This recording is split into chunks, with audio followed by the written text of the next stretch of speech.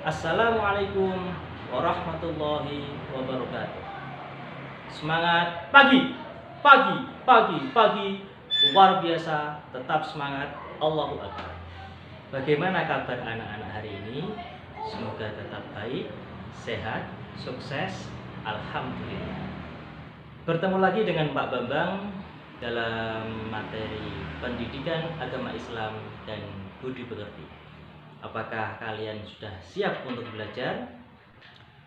Motivasi kita hari ini adalah sebuah hadis yang berbunyi, "Man salakal thoriqan yaltamisu fihi ilman, sahalallahu lahu thoriqan ilal jannah."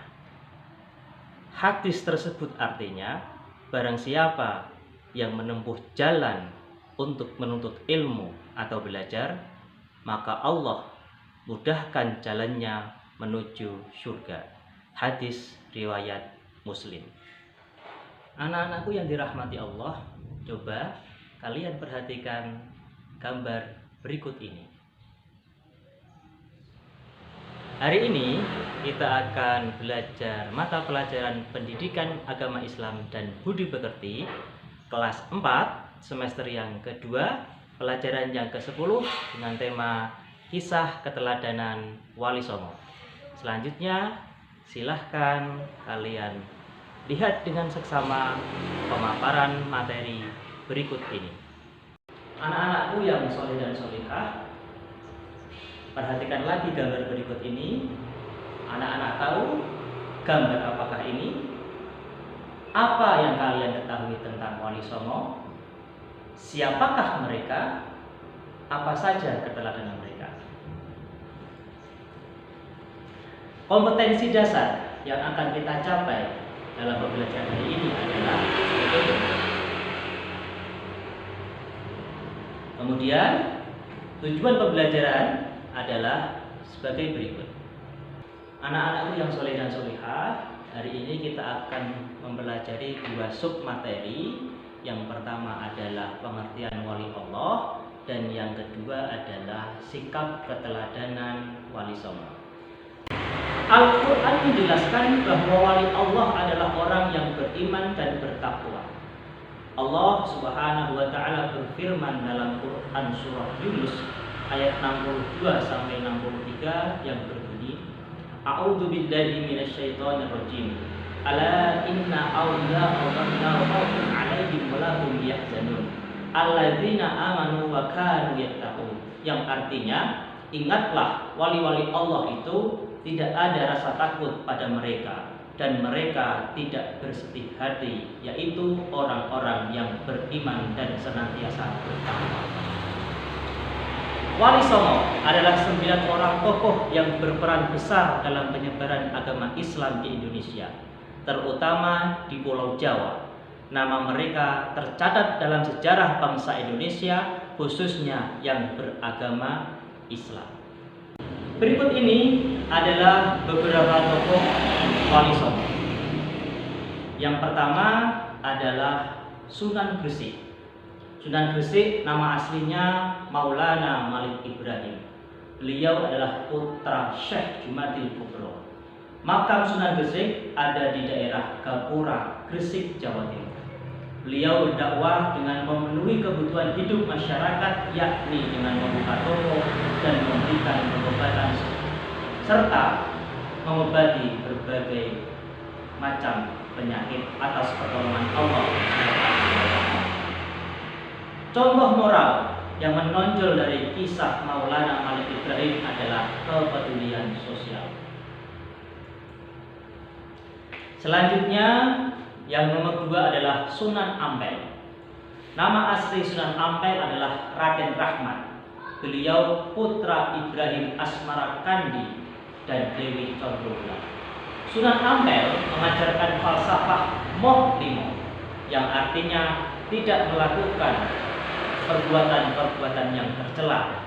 Pertama, tidak mau main atau berjudi. Yang kedua, tidak mau ngumbe atau mabuk-mabukan. Yang ketiga, tidak mau maling atau mencuri. Yang keempat, tidak mau madat atau menghisap candu atau ganja. yang kelima adalah tidak mau madon atau berzina. Teladan beliau yang paling menonjol adalah bijaksana, lemah lembut, dan ramah. Makam Sunan Ampel terletak di daerah Surabaya, Jawa Timur.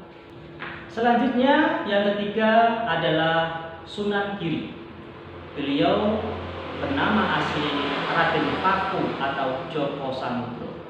Beliau adalah putra dari Syekh Maulana Ishak dan putri Sekar Gajah. Makam beliau ada di daerah Bukit Giri Gajah, Dusun Kedaton, Gresik, Jawa Timur. Keteladanan Sunan Giri adalah dengan berkreasi menciptakan tembang-tembang Islami sebagai media dakwah. Sikap atau akhlak yang paling menonjol dari Sunan Giri adalah bersahabat. Kemudian Sunan yang keempat adalah Sunan Bonang. Beliau nama aslinya adalah Raden Magdum Ibrahim, putra keempat dari Sunan Ampel dan Nyi Ageng Manila. Beliau berdakwah melalui seni sastra dan bahasa. Di antara peranannya adalah mengubah suluk wijil, tembang pemroati. Beliau dimakamkan di daerah Tuban, Jawa Timur. Untuk menarik masyarakat, beliau menggunakan perangkat alat musik yang bernama gamelan.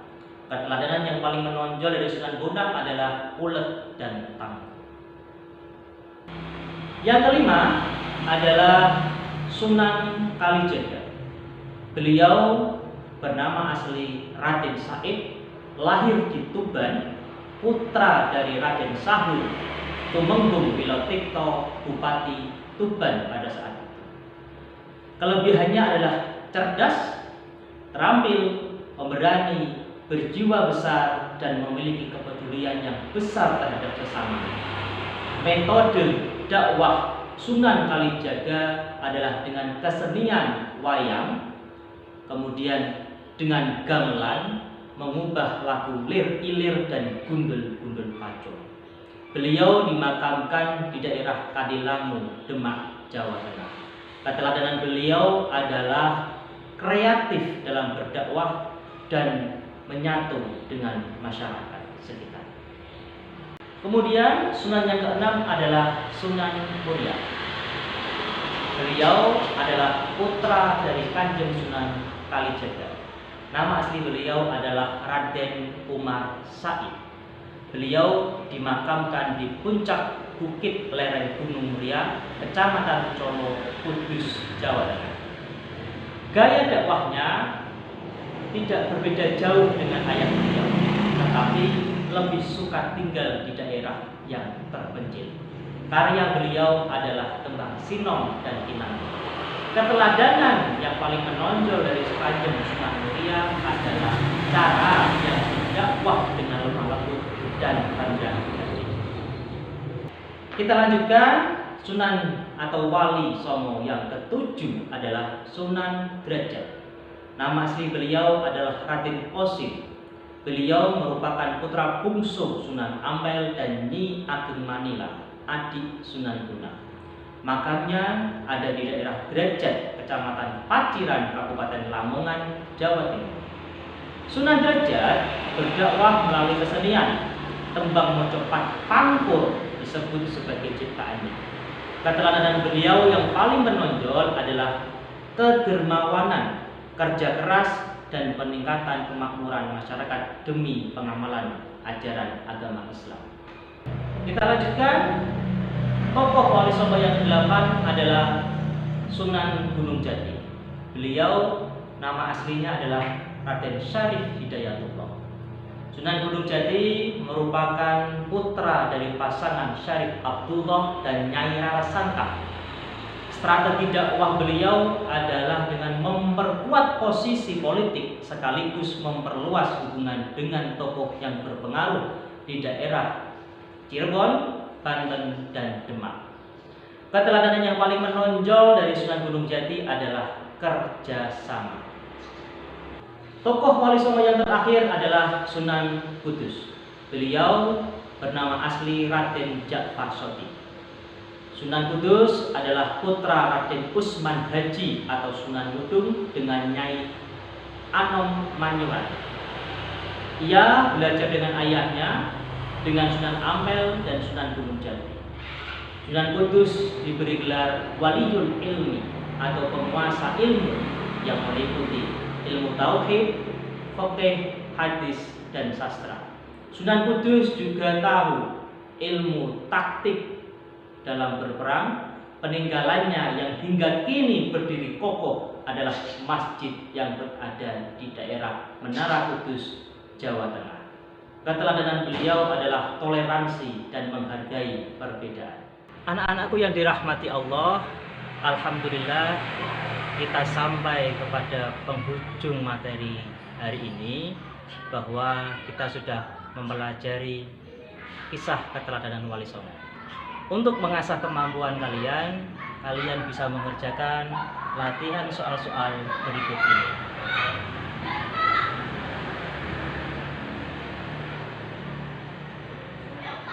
Kalian juga bisa mengerjakan soal pada link Google Form yang akan Pak Bambang bagi di grup WA kelas 4.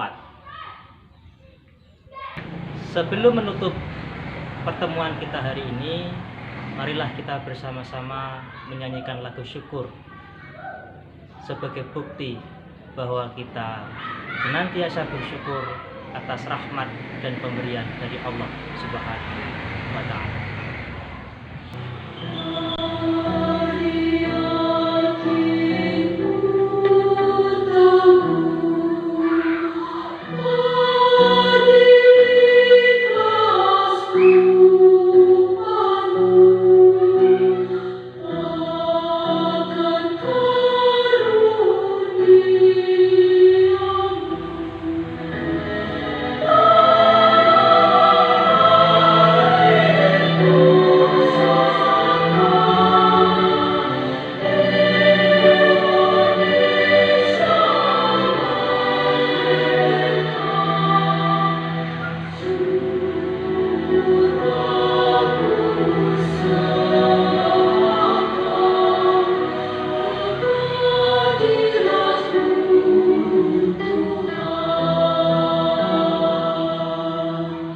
Terima kasih anak-anakku atas perhatian hari ini.